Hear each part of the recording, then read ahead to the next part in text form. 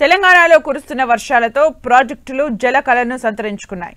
నిర్మల్ జిల్లాలోని ప్రాజెక్టుల్లోకి భారీగా వరద నీరు వచ్చి చేరుతుంది.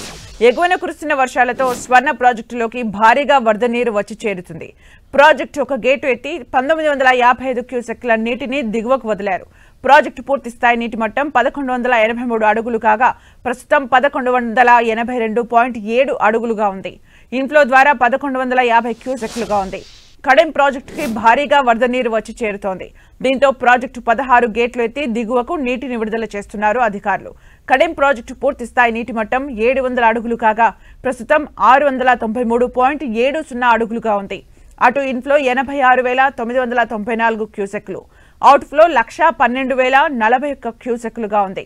ప్రాజెక్టు 18 గేట్లు ఎత్తడంతో పరివాహక ప్రాంత ప్రజలు అప్రమత్తంగా ఉండాలని అధికారులు సూచించారు. భద్రాద్రి కొత్తగూడెం జిల్లాలో కురుస్తున్న వర్షాలకు కిన్నెరసాని జలాశయం నిండుకుండలా మారింది. ఎగువ ప్రాంతాల్లో కురుస్తున్న వర్షాలకు కిన్నెరసాని జలాశయానికి భారీగా వరద నీరు వచ్చి చేరుతోంది.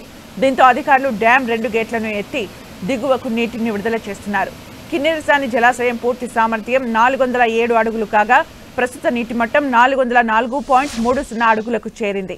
ఎగువ ప్రాంతాల నుంచి 9,000 క్యూసెక్కులు ఇన్ఫ్లో కొనసాగుతుండగా 10,000 క్యూసెక్కుల నీటిని దిగువకు విడుదల చేస్తున్నారు. కిన్నెరసాని నది పరివాహక ప్రాంతాల ప్రజలు అప్రమత్తంగా ఉండాలని అధికారులు హెచ్చరికలు జారీ చేశారు.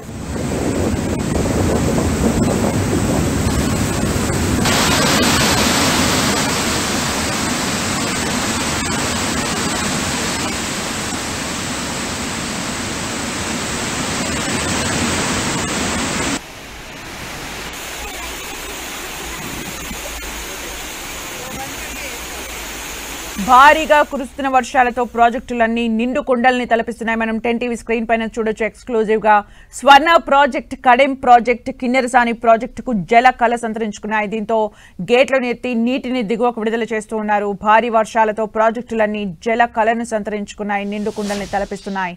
మనం 10 టీవీ స్క్రీన్ పైన ప్రాజెక్టులకు సంబంధించిన విజువల్స్ చూడొచ్చు. స్వర్ణ project, Kadem project, Kinnerasani project జల కళను సంతరించుకున్నాయి. దీంతో డ్యాం గేట్లను ఎత్తి నీటిని దిగువకు విడుదల చేస్తున్నారు.